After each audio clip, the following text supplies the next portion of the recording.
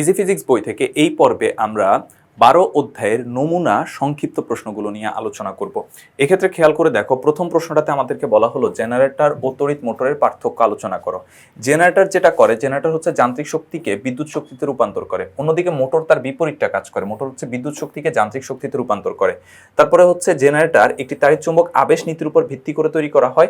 এটি চুম্বক ক্ষেত্রে বিদ্যুৎবাহী পরিবাহীর উপর চুম্বক বলয়ের নীতির উপরে চলে, মানে কোনটা কোন নীতির উপর ভিত্তি করে তৈরি করা হয় সেটা আমাদের দ্বিতীয় পার্থক্য হিসেবে আমরা উল্লেখ করতে পারি। তারপরে হচ্ছে জেনারেটর ইনপুট হিসেবে যান্ত্রিক শক্তি দেওয়া হয় এবং আউটপুট হিসেবে বিদ্যুৎ শক্তি পাওয়া যায়, এটা প্রথম পার্থক্যই আমরা বলেছি। আর মোটরে হচ্ছে বিপরীতটা ঘটবে, মোটরে ইনপুট হিসেবে আমরা বিদ্যুৎ শক্তি দিব, আউটপুট হিসেবে হচ্ছে যান্ত্রিক শক্তি পাবো। জেনারেটর সৃষ্ট বিদ্যুতিক দিক নির্ণয়ে ফ্লেমিং এর ডান হাতি নিয়ম ব্যবহার করা হয়, আর মোটরের সৃষ্ট ঘূর্ণনের দিকে ফ্লেমিং এর বাম হাতের নিয়ম ব্যবহার করা হয়। তারপরে বিদ্যুৎ উৎপাদন কেন্দ্রে জেনারেটর ব্যবহার করা হয়। বৈদ্যুতিক fan, pump, washing machine, electronic গাড়ি বা বাইকে মোটর ব্যবহার করা হয়। ট্রান্সফরমারের মুখ্য কুণ্ডলীতে এসি ভোল্টেজ প্রয়োগ করা হয় কেন?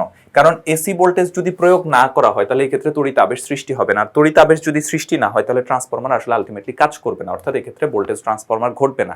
এই জন্য আমরা যদি ডিসি দিই তাহলে আউটপুট ভোল্টেজ হয় হচ্ছে 0। এই জন্য ট্রান্সফরমারের মুখ্য কুণ্ডলীতে আমরা এসি ভোল্টেজ প্রয়োগ করে থাকি। ট্রান্সফরমার কাজ করে পরিবর্তনশীল চৌম্বক ক্ষেত্র এবং সেটি তৈরি হয় এসি ভোল্টেজ থেকে। কেননা এসি ভোল্টেজ বারবার দিক বদলানোর ফলে চৌম্বক ক্ষেত্র বারবার পরিবর্তিত হয় এবং ট্রান্সফরমার ক্রিয়াশীল হয়। ডিসি ভোল্টেজ নেওয়া হলে একমুখী প্রবাহের কারণে কোনো আবিষ্ট ভোল্টেজ উৎপন্ন হয় না, ফলে ট্রান্সফরমার কাজ করে না। তাই ট্রান্সফরমার মুখ্য কুণ্ডলী এসি ভোল্টেজ প্রয়োগ করা হয়।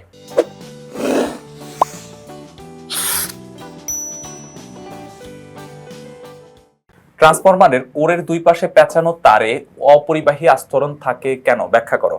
ট্রান্সফরমারের কোরের দুই পাশে পেঁচানো তারের অপরিবাহী আস্তরণ দেওয়া হয় মূলত শর্ট সার্কিট রোধ ও নিরাপদ শক্তি স্থানান্তর করার জন্য।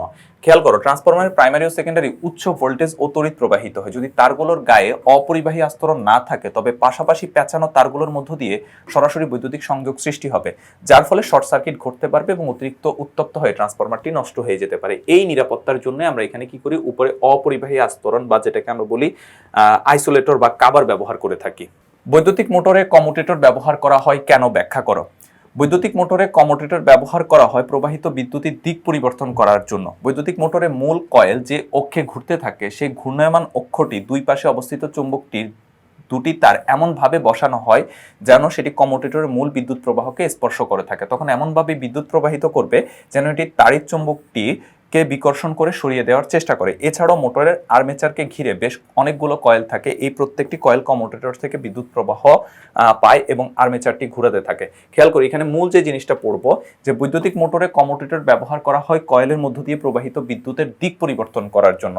এখন পরিবর্তন কিভাবে করা হয় এটা এরকম থিওরিটিক্যালি পড়ার থেকে তোমরা ইউটিউবে সার্চ করে যে কোনো একটা মোটরের যে কার্যপ্রণালীটা দেখো, তাহলে দেখবা যে সেখান থেকে ইজিলি বুঝতে পারতেছো যে কমিউটেটর কিভাবে দিক পরিবর্তন করে থাকে। তো এই ছিল এই পর্বের আলোচনা। পরবর্তী পর্বে আমরা অন্যান্য প্রশ্নগুলো নিয়ে আলোচনা করব।